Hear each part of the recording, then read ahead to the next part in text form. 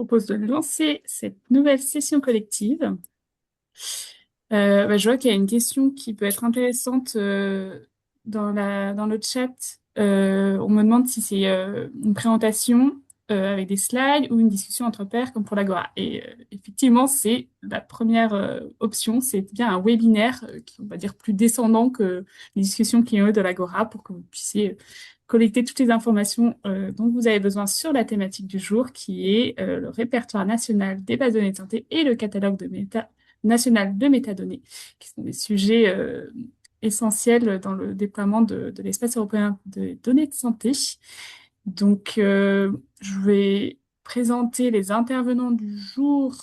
euh, donc, une grande partie qui fait partie de l'équipe de la direction des services aux bases de données de santé ici à la PDS. Donc, moi, je suis Anaïs Salzac, je suis responsable partenariat. Et j'ai avec moi Clotilde Monet-Géranton qui pilote le répertoire national des bases, Florent qui est en stage chez nous et qui a accompagné Clotilde dans le déploiement de ce répertoire en tant que chef de projet base de données de santé. On a également Victoria qui est pilote du catalogue national de métadonnées. Avec Yanis également, qui pilote de son côté le catalogue en marque blanche. On a également un intervenant qui représente Fresh, qui est Grégoire Ray, directeur de l'infrastructure nationale France Cohort. Je vais laisser la main du coup à toute l'équipe pour vous parler de notre sujet du jour. Juste un petit mot sur les questions-réponses. Je vous propose d'utiliser l'outil dédié, pas le chat, mais l'outil que ça nous permet de trier. Et on y répondra plutôt à la fin de la session, tout d'un coup, dans l'ordre dans lequel elles ont été soumises. Merci à tous. Merci Anaïs. Comme l'a dit Anaïs, l'objectif de cette session, c'est vraiment de vous présenter les nouveaux outils mis à disposition des détenteurs de données afin de répondre aux exigences nationales et européennes en matière de documentation, de transparence, de réutilisation des données. Donc, on va présenter euh, le catalogue national des métadonnées et le répertoire national des bases de données de santé. Donc, pour vous présenter un peu l'ordre du jour de cette session, on va démarrer sur un peu de contexte européen et national afin de bien comprendre les dynamiques dans lesquelles s'inscrivent les outils que nous avons mis en place et qu'on va vous présenter aujourd'hui. Ensuite, on verra le catalogue national des métadonnées et son articulation avec les différentes briques existantes, notamment l'initiative comme Fresh. Et ensuite, on vous présentera les outils qu'on a mis à disposition, notamment le répertoire national des bases de données de santé. Et du coup, on pourra conclure après par une petite session de questions-réponses. Donc, sur le contexte, voilà, le contexte de mise en œuvre de ces outils. Donc, leur développement s'inscrit directement dans la mise en œuvre du règlement européen des données de santé, qui prévoit un déploiement progressif entre 2025 et 2031. Donc, l'un des principaux objectifs de ce règlement, c'est de faciliter la découverte, la compréhension, la réutilisation des données de santé à l'échelle nationale, à l'échelle européenne, dans un cadre harmonisé et sécurisé. Donc, pour répondre à cet objectif, il y a trois grands principes qui sont mis en avant, la transparence, l'interopérabilité et la sécurité. Et en France, ces grandes exigences sont reprises dans la stratégie nationale sur les données et l'intelligence artificielle en santé 2025-2028. Et c'est dans ce contexte qu'on a mis en place plusieurs outils complémentaires. Donc, déjà, le répertoire national des bases de données de santé, qui répond principalement aux enjeux de transparence. Il permet de rendre visibles les bases existantes, de présenter les différentes modalités d'accès à ces bases, les redevances qui y sont associées, leur cadre réglementaire et surtout les modalités d'accès, d'exercice des droits des personnes sur ces bases, et renvoie aussi sur les projets qui réutilisent les bases. D'un autre côté, le catalogue national des métadonnées, il répond davantage aux enjeux d'interopérabilité, pardon, et il permet une description beaucoup plus fine des données, des tables, des variables, et il est conçu selon le standard européen SDK-AP. Donc, c'est vraiment pour faciliter davantage les études de faisabilité et dans le futur, l'interconnexion avec les catalogues européens. Maintenant, on va peut-être se focaliser un peu plus sur les exigences réglementaires de l'espace européen des données de santé. Voilà, donc voilà, cette slide, elle présente les principaux articles du règlement européen sur l'espace des données de santé qui encadrent les outils qu'on vous présente aujourd'hui. Donc déjà, l'article pardon, 51, c'est l'article qui définit les grandes catégories de données de santé qui sont concernées par le règlement et qui vont du coup sur lesquels répondent les deux outils. Donc c'est vraiment le périmètre de ces bases qui est concerné par les outils qu'on a développés. Il couvre notamment les dossiers médicaux électroniques, les registres de maladies, les données administratives, les cohortes, les essais cliniques, les biobanques et les données issues de dispositifs médicaux. Ce sont vraiment ces catégories de bases qui ont vocation à être recensées dans le répertoire national des bases de données de santé et être recensées aussi dans le catalogue national des métadonnées. Ensuite, les articles 77 et 79 concernent davantage le catalogue national des métadonnées. L'article 77, il prévoit que chaque État membre mette en place un catalogue national décrivant les bases à l'aide de métadonnées normalisées et interopérables. Et un acte d'exécution est attendu pour 2027 pour vraiment définir le jeu minimal de métadonnées à publier. Et enfin, l'article 79, lui, prévoit la création d'un catalogue européen qui interconnectera les catalogues nationaux via un hub central mis en place par la Commission européenne. Donc voilà, en résumé, le répertoire il répond à un objectif de transparence et de visibilité des bases de données et le catalogue national de métadonnées plutôt à des exigences de standardisation et d'interopérabilité fixées par le règlement européen. Je vais laisser Victoria peut-être présenter maintenant l'articulation. Merci. Donc effectivement, pour répondre aux exigences du futur espace européen des données de santé, il y a plusieurs outils en fait qui vont être mis à disposition pour les détenteurs et les utilisateurs de données. Donc si on se place point de vue d'un détenteur de données, il va y avoir effectivement une obligation d'être référencé au répertoire national des bases de données de santé et au catalogue national des métadonnées. Et donc pour ça, la PDS a mis en place différents outils pour vous aider, vous accompagner dans ces démarches. Un formulaire de référencement qui va concerner donc le répertoire national des bases qui vous sera présenté en fin de session. Pour le catalogue national de métadonnées, on a mis en place un éditeur des métadonnées, donc qui permet de remplir le formulaire des métadonnées. Et également, pour ceux qui le souhaitent, on met à disposition le code et un guide d'accompagnement pour que vous puissiez déployer votre propre catalogue en marque blanche, avec bien évidemment possibilité de connexion avec le catalogue national de métadonnées. Ce catalogue national de métadonnées, c'est la seule instance qui va réaliser la synchronisation avec le catalogue européen. Ça permet d'alléger dans un sens la charge du détenteur de données puisqu'il confie ces données au catalogue national qui lui aura la responsabilité d'assurer la synchronisation et la bonne transmission des informations au catalogue européen. Donc au niveau national, en fait, si on se place point de vue d'un utilisateur de données, on va finalement avoir trois sources pour identifier en fait des bases d'intérêt, le répertoire national des bases, le catalogue national des métadonnées et pourquoi pas le catalogue européen pour étendre la recherche à l'international. Entre le répertoire et le catalogue, il y a effectivement des informations qui sont communes. Il y a un overlap entre ces deux outils, mais il y a aussi des particularités qui leur sont propres. Au niveau du répertoire, on a tout ce qui va être notamment accès aux réglementaires, des informations sur les citoyens pour qu'ils puissent exercer leurs droits, alors que dans le catalogue national de métadonnées, comme l'a dit Clotilde, on aura accès à des informations un peu plus techniques qui sont par exemple la liste des variables. Donc l'utilisateur de données va pouvoir identifier ses bases d'intérêt et ensuite il aura également l'opportunité d'identifier très facilement tout ce qui va être demande d'accès, les modalités de réutilisation. Il pourra donc accéder facilement au portail de demande d'accès et ensuite être répertorié au répertoire public des projets. Donc pour la suite de la session, on va commencer par vous présenter le catalogue national de métadonnées. Alors, le catalogue national de métadonnées, c'est un outil d'exploration des bases de données qui sont mises à disposition des utilisateurs, qui va permettre en fait aux utilisateurs d'identifier les bases et les variables d'intérêt par rapport à son projet de recherche. Ces métadonnées, ce sont des informations qui vont permettre de décrire une base de données. En aucun cas, ça ne donne accès à la donnée elle-même. Donc, c'est vraiment des informations descriptives et statistiques. Ce catalogue de métadonnées, il a plusieurs intérêts, plusieurs enjeux. Le premier enjeu, c'est d'augmenter la visibilité de la base. Vous êtes mieux référencé dans un catalogue au niveau national et à l'international, et donc vous avez potentiellement plus de chances d'être réutilisé. Et ça permet aussi de reporter très clairement les modalités de réutilisation de votre base. Ça va permettre de présenter efficacement votre base de données et donc d'être facilement identifiable par un utilisateur potentiel qui va aussi gagner du temps en sollicitant finalement les bases de données d'intérêt et mieux cibler en fait ces sollicitations. Ça va permettre aussi d'encourager les collaborations puisqu'on met en avant clairement le responsable de données. C'est le détenteur de données reste le garant de sa base et reste l'expert de sa base.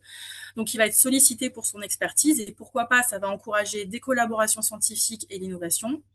Et enfin, l'idée du catalogue, c'est aussi de promouvoir des standards et des normes de qualité, avec notamment la mise en place de bonnes pratiques dès la conception des projets, pour pouvoir documenter ces données et pouvoir assurer leur mise en qualité, avec bien évidemment un respect en fait des normes qui sont définies dans le cadre européen, en l'occurrence le modèle HDKTP.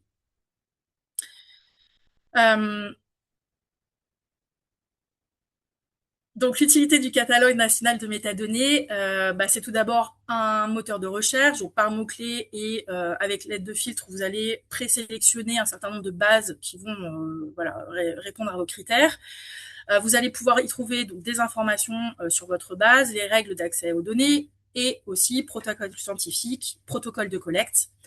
Mais la grande force du catalogue de métadonnées, ça va être l'information au niveau des tables et des variables qui vont en fait être décrites il y a une description sémantique de ces tables et ces variables avec un format et un typage qui sera bien défini. Et puis, il y aura également l'intégration d'un label de qualité des données qui est actuellement en cours de réflexion au niveau européen. Et donc l'idée, c'est d'utiliser les standards européens. Donc le standard qui a été défini par l'Europe, c'est le modèle HDKTP. Donc l'acte d'exécution a été voté il y a un peu moins d'une heure, qui va en fait définir la structure et l'architecture des métadonnées pour permettre une diffusion à l'échelle européenne, tout en permettant une autonomie locale. Et le grand enjeu, c'est de permettre l'interopérabilité à l'échelle européenne de ces données pour promouvoir la recherche transfrontalière. Donc voilà à quoi ressemble le catalogue national de métadonnées. Vous avez à gauche la page d'accueil, donc avec les fameux filtres et la barre de recherche.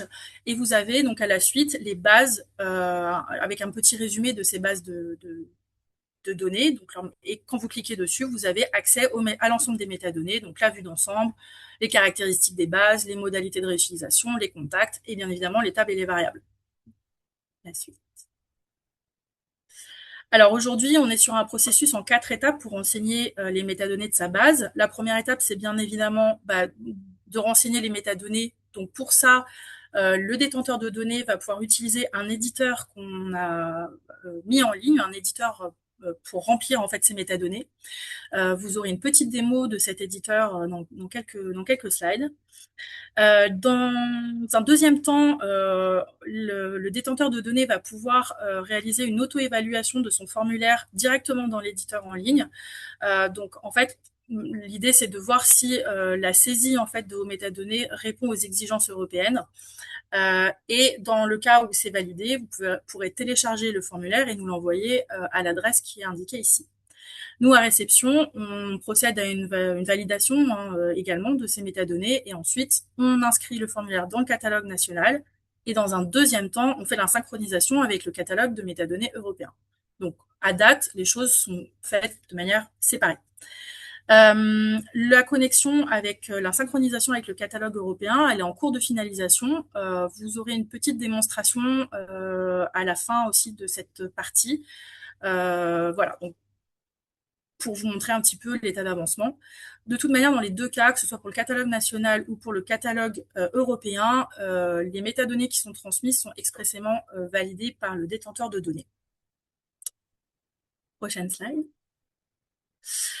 Maintenant, un petit mot sur l'articulation entre les catalogues FRESH, donc France Recherche en Santé Humaine, et le catalogue de la PDS, qui est au sein du dispositif national du règlement de l'espace européen des données de santé. Donc, FRESH a été mentionné dans la stratégie intelligence artificielle et données de santé de juillet 2025, avec pour objectif de participer à la construction du répertoire national des ensembles de données, donc du catalogue de métadonnées. Donc, il va y avoir dans les prochaines semaines, les prochains mois, un travail de rapprochement entre Fresh et la PDS, notamment pour travailler sur deux gros chantiers. Le premier chantier, ça va être l'interopérabilité des standards, puisque Fresh a adopté un standard DDI qui vous sera présenté juste après, alors que la plateforme des données de santé est au format HDKTP. Et puis également, ce qu'il va falloir travailler, c'est l'articulation entre les catalogues pour pouvoir proposer un catalogue unique de métadonnées qui soit l'unique port d'entrée pour les porteurs de projets. Voilà, donc je laisse la parole à Grégoire pour la présentation de Fresh. Est-ce que vous m'entendez? Ouais, très bien. Merci beaucoup, Victoria. Donc, de passer le relais rapidement. Donc, on voulait juste faire un petit rappel historique. Évidemment, l'actualité est brûlante sur le catalogage des données, mais il se trouve qu'en France, en tout cas, il y a eu un portail qui s'appelait le portail Épidémiologie France, que vous voyez en bas à gauche sur cette courte frise. D'où est issue en fait est née un peu l'idée du portail France Recherche en Santé Humaine. Initialement, c'était un peu pour faire la liste des études, des bases de données de recherche en santé.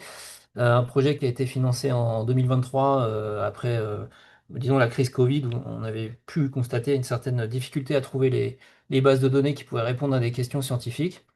Et puis le portail est sorti de terre en fin 2025 avec une V1 qui permet notamment de contribuer et qui a migré toutes les données qui étaient dans le portail Épidémiologie France, qui était donc une initiative avec plus de 1000 fiches qui avaient été renseignées pour les cohortes et autres bases de données de recherche en santé, plutôt orientées épidémiologie. Donc cartographier les études françaises en santé humaine et c'était financé dans le cadre de l'action cartographier et qualifier les bases de données en santé de la stratégie d'accélération santé numérique. Slide suivante, s'il vous plaît.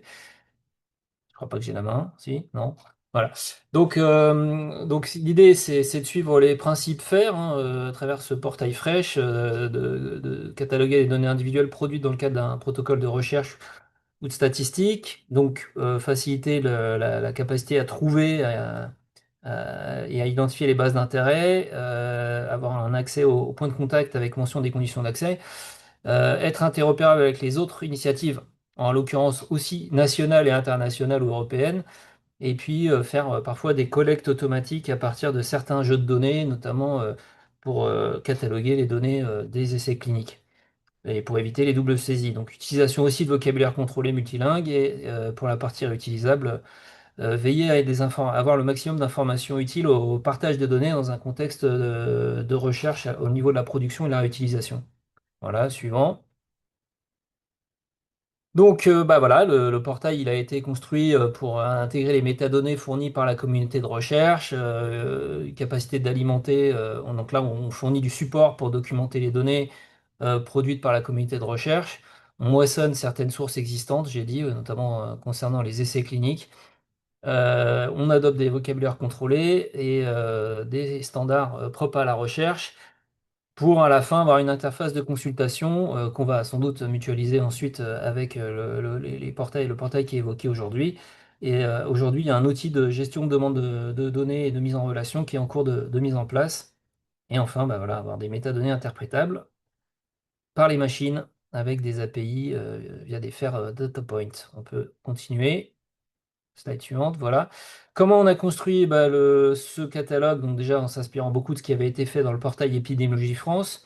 Victoria l'a dit, on s'est inspiré également beaucoup du standard DDI pour Data Documentation Initiative, qui est en fait un standard qui a été mis en place justement pour décrire des protocoles de collecte spécifiques dans le cadre d'études de recherche avec des objectifs poursuivis, soit de recherche ou de statistiques. Et le standard Clinical Trials pour s'assurer qu'on récupérait bien toutes les données des protocoles d'essais cliniques, typiquement. On a aussi mené des ateliers utilisateurs avec les chercheurs de la communauté, des experts en méthodologie, en recherche en santé, en terminologie et en structuration des données pour aboutir sur ce modèle de métadonnées Fresh. On peut passer. Donc on a fait une comparaison de SDK-TAP justement avec ce modèle Fresh.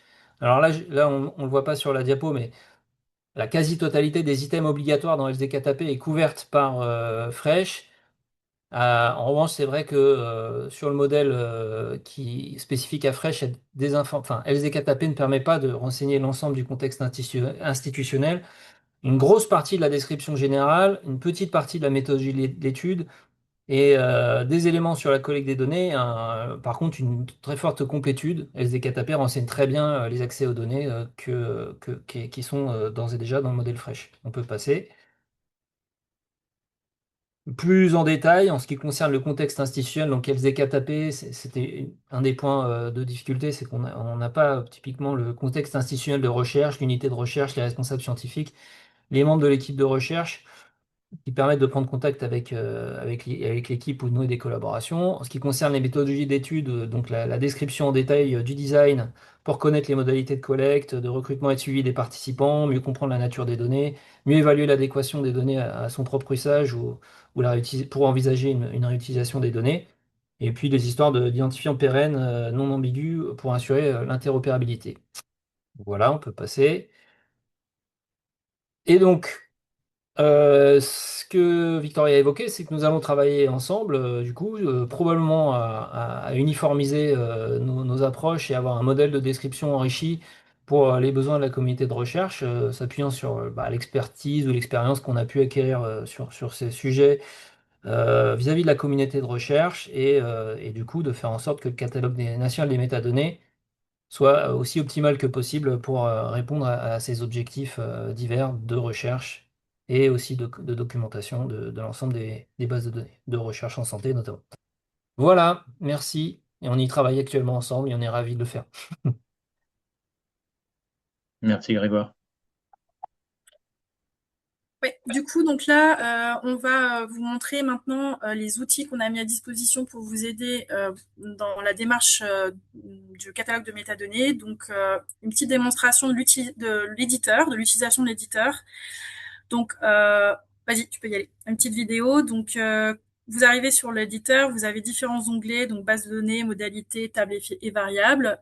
Dans chacun de ces onglets, vous avez les variables qui vont être obligatoires, hein, marquées d'une astérix. Vous avez également, là, ce que je viens de montrer, un petit outil qui vous permet d'évaluer en direct votre saisie. Donc là, on va remplir juste 3 champs pour vous montrer qu'en fait, en cours de remplissage, vous pouvez télécharger le fichier temporaire, un fichier temporaire en fait. Donc là, voilà, on voit qu'on a rempli les 3 champs démo et allergologie. Et cet outil temporaire, il peut être intéressant, notamment si vous avez un grand nombre de variables. Vous pouvez utiliser cet outil pour finalement finaliser la complétion de vos métadonnées que vous allez réimporter en fait dans l'éditeur. Donc là, en fait, j'utilise un fichier d'une base qui est déjà au catalogue. Voilà, donc vous tombez sur la page aperçu avec l'ensemble des tables et des variables qui sont présentes dans cette base. Et comme je vous disais tout à l'heure, vous allez procéder à une auto-évaluation de la saisie de votre formulaire. Et là, vous voyez qu'il y a un champ qui est invalide, il manque un point de contact. Donc on va aller le corriger. Donc vous voyez que dans le point de contact, effectivement, ça n'avait pas été renseigné. Bon, il s'avère que c'était renseigné dans un autre champ. Et en corrigeant, on va refaire la validation. Et voilà, votre fichier est valide. Donc, c'est celui-là que vous pouvez retélécharger et envoyer à l'adresse ci-dessus. Je laisse Yanis présenter le catalogue en marque blanche. Merci Victoria. Du coup, comme on le disait auparavant, il y a 2 méthodes en fait pour remplir son catalogue de métadonnées. Donc, vous avez la possibilité de déployer en fait chez vous un catalogue en marque blanche, donc qui est disponible à partir d'un code source qui est totalement ouvert et qui est personnalisable. Donc, c'est l'interface qui sera personnalisée mais en fait par vous. Je sais qu'il y a certains acteurs qui ont déjà commencé à le déployer. En fait, depuis septembre dernier, ce catalogue est en ligne. Enfin, ce catalogue en marque blanche. Et donc, vous pouvez bien sûr créer des fichiers de métadonnées qui seront téléchargeables sur la plateforme à partir de scripts, charger les bases qui seront du coup rendues disponibles ou non, et bien sûr les publier. Et donc, de ce fait, on pourra faire remonter justement ces catalogues-là au sein du catalogue national de métadonnées. Donc peut-être que la slide suivante en fait va être un peu plus parlante parce que c'est un schéma qui permet de résumer un petit peu tout ça. Donc on peut voir différents types de bases ou d'institutions en fait qui peuvent être amenées justement à mettre en place un catalogue de métadonnées en marque blanche, qui vont du coup alimenter en fait individuellement tout leur catalogue et qui vont ensuite remonter directement dans le catalogue national ici. Et donc on peut voir l'exemple en fait avec un catalogue en Allemagne. Bien entendu, seule la PDS en fait est habilitée à s'interconnecter avec la Commission européenne justement pour remonter les métadonnées. Et on va vous faire une démonstration un petit peu plus après qui va permettre de mettre tout ça en lumière. Euh, et, et je pense que j'ai fait le tour sur cette slide. Donc je passe la main à Victoria, justement pour la démo. Ouais, vas-y. Alors, du coup, là, c'est une démonstration de l'état d'avancement de la connexion avec le catalogue européen. Donc là, vous êtes sur l'interface admin du catalogue. Vous voyez qu'on a une base de données à publier sur le catalogue européen qui était dépubliée. Donc là, on vient de la publier sur le catalogue national. Et vous voyez que, en fait, on a besoin, enfin, nous, on a décidé de garder séparé la synchronisation entre le catalogue national et le catalogue européen. Donc là, on vient de synchroniser avec le catalogue européen. Donc, quand on va sur le catalogue de métadonnées européen, on va avoir la mise à jour en direct. Et là, on a bien publié cette base à publier sur le catalogue européen. Maintenant, quand on veut effectuer des modifications sur la base en fait au niveau national, donc là on va faire une modification dans le titre. On va du coup mettre à jour la base et automatiquement, on retourne sur automatiquement ça la dépublie du catalogue national et du catalogue européen. Donc là, on republie les métadonnées sur le catalogue national. Et tout de suite, il nous met, attention, on est désynchronisé avec le catalogue européen, donc on va pouvoir resynchroniser avec le catalogue européen. Donc là, on va retourner sur le catalogue européen et il va se mettre à jour. Voilà, on a bien modification dans le titre. Et de la même manière, si on veut supprimer en fait une base de données du catalogue, on va pouvoir le faire individuellement. Bien évidemment, c'est irréversible. Et quand on se connecte sur le catalogue européen, on va avoir la mise à jour en direct. Voilà. Donc ça, c'est vraiment l'état d'avancement de la connexion avec l'Europe et ça va très très prochainement être déployé. Voilà, je laisse la parole maintenant à Clotilde et Florent pour le répertoire national des bases de données.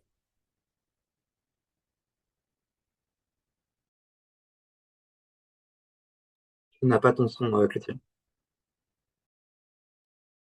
Pardon, désolée. Merci Victoria. Merci Yanis.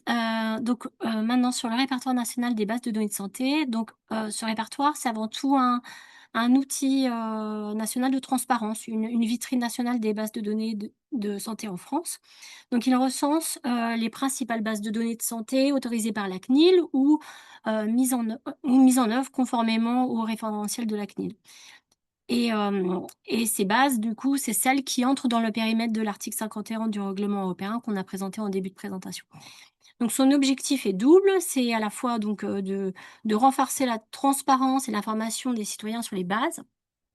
Donc le répertoire, il centralise les informations essentielles sur chaque base de données, mais aussi il centralise il indique les modalités pratiques permettant d'exercer son droit d'opposition. Donc, il contribue à mieux informer le public sur l'utilisation qui est faite des données de santé. Le deuxième objectif, c'est de donner de la visibilité aux bases de données et aux organismes qui produisent ces bases de données. Donc, le répertoire, il a vocation aussi à faciliter l'identification par les porteurs de projets, les chercheurs, les industriels, et à favoriser le développement de nouvelles collaborations scientifiques ou de nouveaux projets de recherche. Donc l'idée vraiment, c'est qu'il améliore la lisibilité des modalités d'accès, de réutilisation des données, que les utilisateurs peuvent facilement retrouver les conditions d'accès aux bases, les éventuelles redevances associées, les projets qui ont réutilisé ces données. Voilà, disposer d'une information harmonisée sur les modalités d'accès aux bases. Donc très concrètement, que contient le répertoire? Merci. Donc le répertoire, donc vraiment c'est un outil conçu pour proposer un niveau d'information homogène sur l'ensemble des bases de données de santé, qu'elles soient accessibles ou non via l'entrepôt de la plateforme des données de santé. Donc chaque fiche d'identité comporte un socle d'informations commun. On y retrouve des éléments d'identification de la base, de son détenteur, ainsi que du responsable scientifique. Et ensuite, la base, elle décrit les principales caractéristiques de la base, la documentation disponible. Le répertoire, il met l'accent aussi sur la qualité de données. Il documente le process de collecte, le contexte de saisie, et ainsi que les différents dispositifs de contrôle qualité qui ont été mis en œuvre par le détenteur pour composer sa base.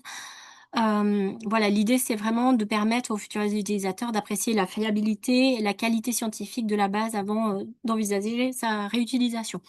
Une autre dimension importante du répertoire, c'est aussi sur les aspects réglementaires, les aspects réglementaires et de protection des données personnelles. Chaque fiche décrit le cadre réglementaire applicable à la base, donc on indique les autorisations, les référentiels CNIL associés à la base, toutes les modalités d'information des personnes concernées, la durée de conservation des données, ainsi que les coordonnées des délégations à la protection des données. Donc vraiment, l'idée, c'est dans un objectif de transparence, de permettre aux citoyens de vraiment comprendre comment leurs données sont utilisées et de faciliter l'exercice des droits prévus par le RGPD. Voilà.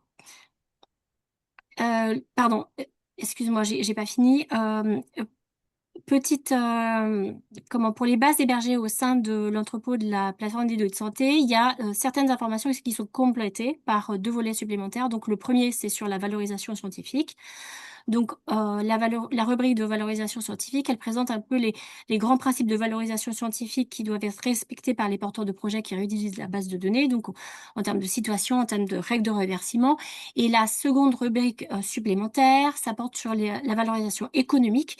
Et donc, elle présente les modalités de réutilisation des données et surtout la grille de coûts de redevance associée à la base et les éventuelles prestations proposées par le détenteur de données. Voilà, maintenant je vais laisser la main à Florent pour vous montrer un peu comment accéder à ces Oui, fiches de données. merci. Donc voilà, concrètement, comment se présente le répertoire et comment on accède aux fiches d'identité du répertoire. Donc c'est bon, tu peux lancer la vidéo. Donc concrètement, on se retrouve directement sur le site de la PDS. Dans Découvrir les données, on voit ici Répertoire national des bases de données de santé. Donc comme on l'a bien dit, chaque base ici dispose d'une fiche d'identité standardisée qui a vraiment une vision en fait homogène des grandes caractéristiques des bases de données de santé. Ici, on a ouvert une base non disponible via l'entrepôt de la PDS. Donc, quand on défile, on voit ici toutes les rubriques qu'a expliqué précédemment Clotilde. Donc, toutes les rubriques. Et donc, cette fiche, elle constitue vraiment une vue d'ensemble qui permet de comprendre rapidement la base, son contenu, son cadre de gouvernance. Donc, dans un second temps, on va ouvrir une base cette fois-ci qui est disponible via l'entrepôt de la PDS, via l'entrepôt, pardon, de la PDS. Donc, on va retrouver bien sûr l'ensemble des rubriques précédentes, mais comme l'a dit Victoria, il y a aussi par exemple la valorisation scientifique, donc c'est-à-dire concrètement la référence à utiliser par le porteur de projet pour la citation de la base dans les publications scientifiques.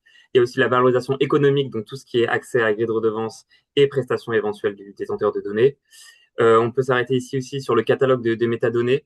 Donc, comme l'a bien dit Victoria, ici, c'est sur une description plus précise, les tables, les variables, la documentation technique. Et enfin, les projets mobilisant la base. Donc, ici, ça nous renvoie directement sur le répertoire public des projets.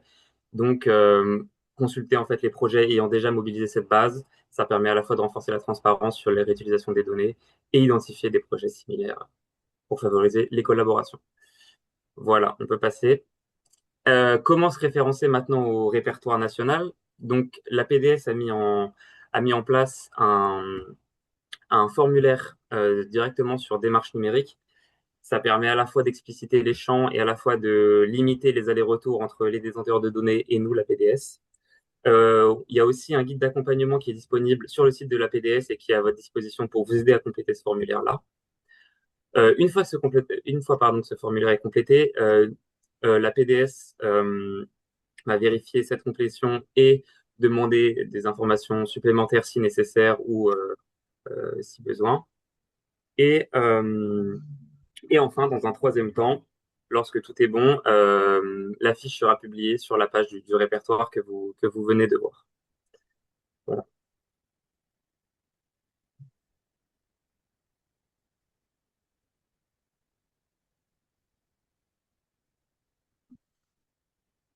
Merci Florent.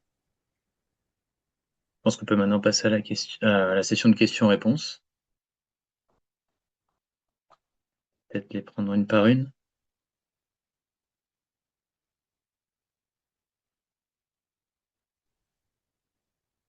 Tu veux que je les lise, Yanis? Ouais, vas-y, je te laisse la main. Donc la première était plutôt en début de session concernant les études observationnelles multi-pays. Est-ce qu'elles doivent être enregistrées dans le catalogue national du pays promoteur ou est-ce qu'elles doivent être enregistrées dans un catalogue européen?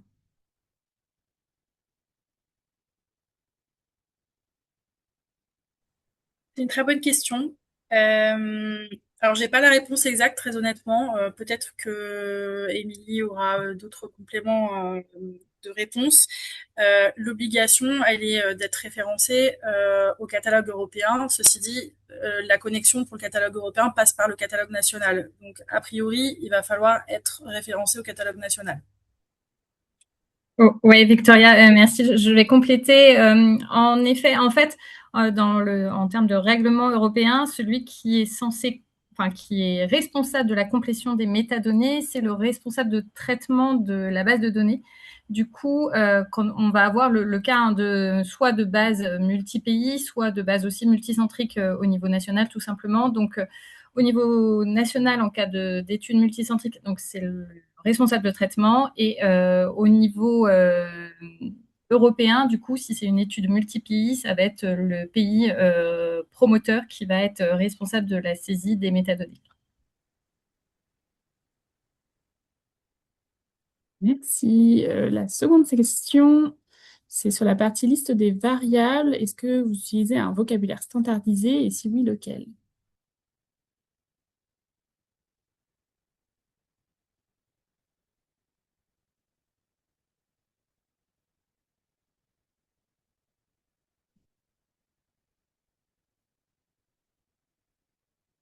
Ça... Alors, sur le catalogue de métadonnées, pour la liste des variables, pour le moment, c'est un vocabulaire contrôlé, mais pas au sens où on l'entend aujourd'hui. C'est pas de l'OMOP CDM, par exemple. Pour ça, il y a des GT qui sont des groupes de travail qui sont en cours pour justement apporter un peu plus enfin, apporter un peu l'utilisation de ces standards qui sont recommandés par ailleurs par la profession. Merci, Victoria. Les modes de transmission de métadonnées vers le catalogue national plus automatique, automatisé, sont-ils prévus, notamment via une API HTTP par exemple? Oui, oui, c'est prévu et c'est en cours de développement chez nous en ce moment. On est en train de finaliser les développements et on passe en phase de test à ce niveau-là, justement, pour pouvoir automatiser, voire tokeniser, automatiser via peut-être soit des canaux HTTP, soit des tokens, la remontée des catalogues nationaux, enfin locaux dans le catalogue national. Merci Anis. Alors, suivante, c'est pas vraiment une question.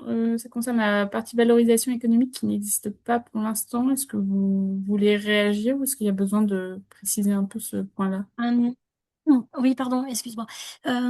Pour la valorisation économique, pour l'instant, la rubrique est complétée uniquement pour les bases qui sont dupliquées sur l'EDS de la plateforme des données de santé. Donc on a en fait, via le conventionnement qu'on fait avec le détenteur de données, on définit des modalités précises concernant la grille tarifaire et du coup la grille de coûts de redevance associée à la base, et c'est ce qu'on indique après sur le répertoire. Ça concerne pas du coup les EDS, enfin les bases qui sont non dupliquées sur la plateforme. Mhm. Question suivante, c'est les descriptions dans le répertoire doivent-elles être rédigées en français ou est-ce que ça peut être en anglais?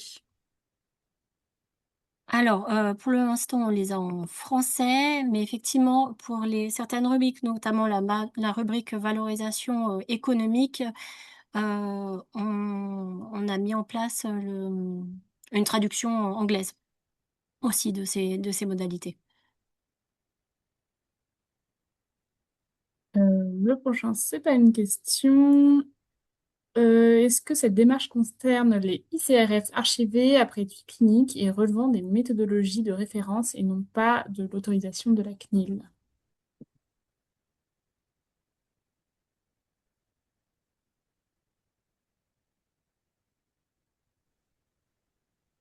C'est une très bonne question. J'ai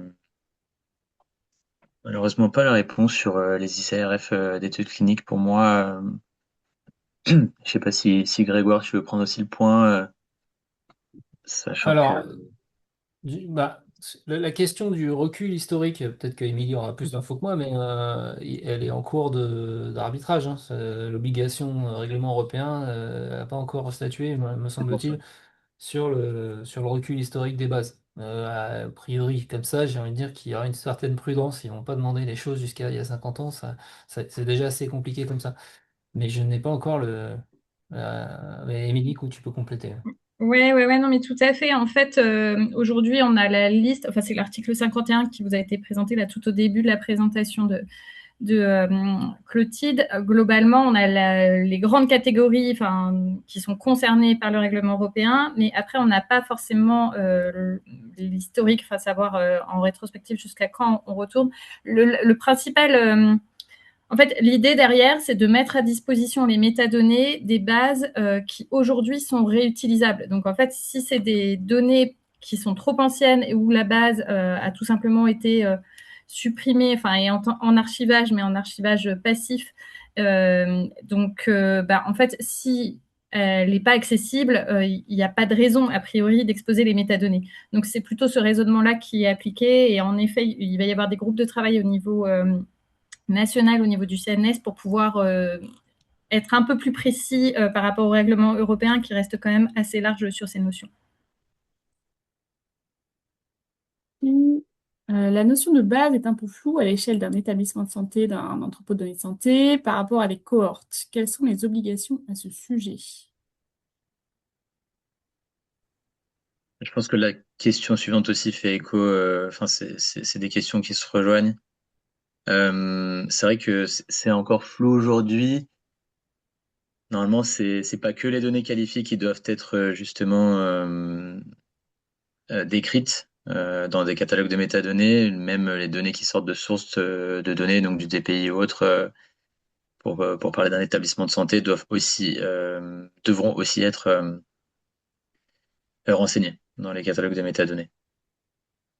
Ouais, si je peux compléter, en fait, c'est vrai que la question nous est souvent posée et le règlement stipule bien que c'est à la fois les données brutes, les données qualifiées, donc les jeux de données qui peuvent sortir de ces données brutes, et également ce qu'on n'a peut-être pas précisé, mais c'est aussi les données anonymisées. Donc le règlement est vraiment très très large là-dessus.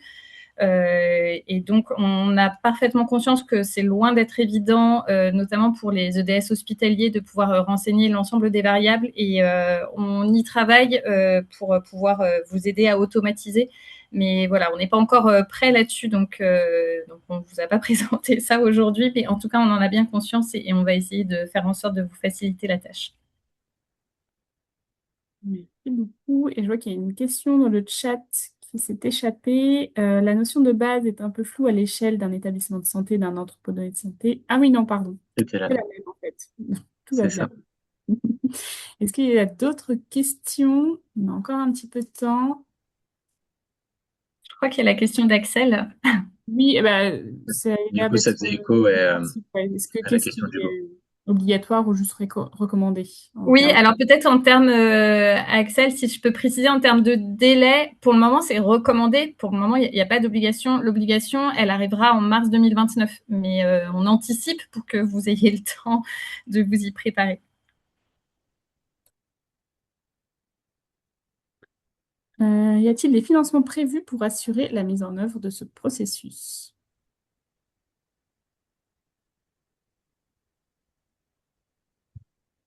Je peux peut-être répondre si, si vous n'êtes pas inspiré par la question. C'est pareil, c'est des sujets qui ont été remontés au niveau de la Commission européenne et notamment, on voulait essayer de faire rentrer ces coûts de documentation de base de données dans les redevances. Et pour le moment, la Commission européenne n'a pas retenu cette option. Donc voilà, c'est pour ça qu'on travaille, nous, de notre côté, à essayer de vous donner des outils pour automatiser l'extraction des métadonnées sur votre base. Parce que suivant les bases de données, on sait que ça peut être une charge RH importante. Mais voilà, malheureusement, on n'a pas réussi à pousser ça au niveau de la Commission européenne pour le moment, que ce soit pris en charge dans les coûts de redevance.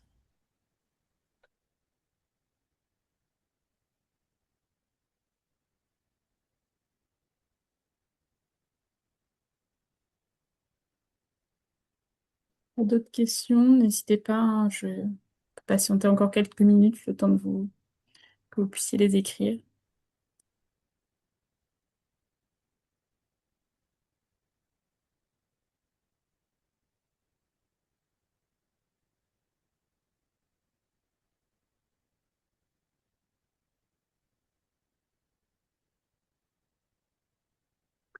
Alors, on nous demande si les coûts de redevance étant encadrés, est-ce qu'il y a une grille type à disposition?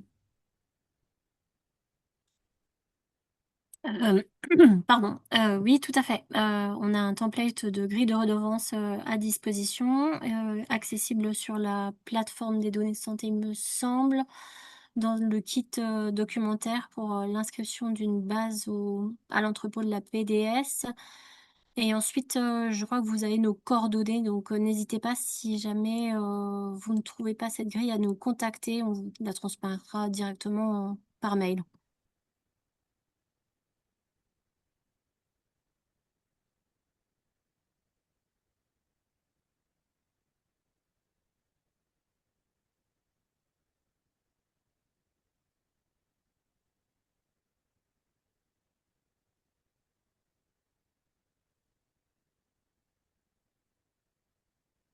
Merci à tous. Je vois pas d'autres questions. Je propose qu'on clôture cette session.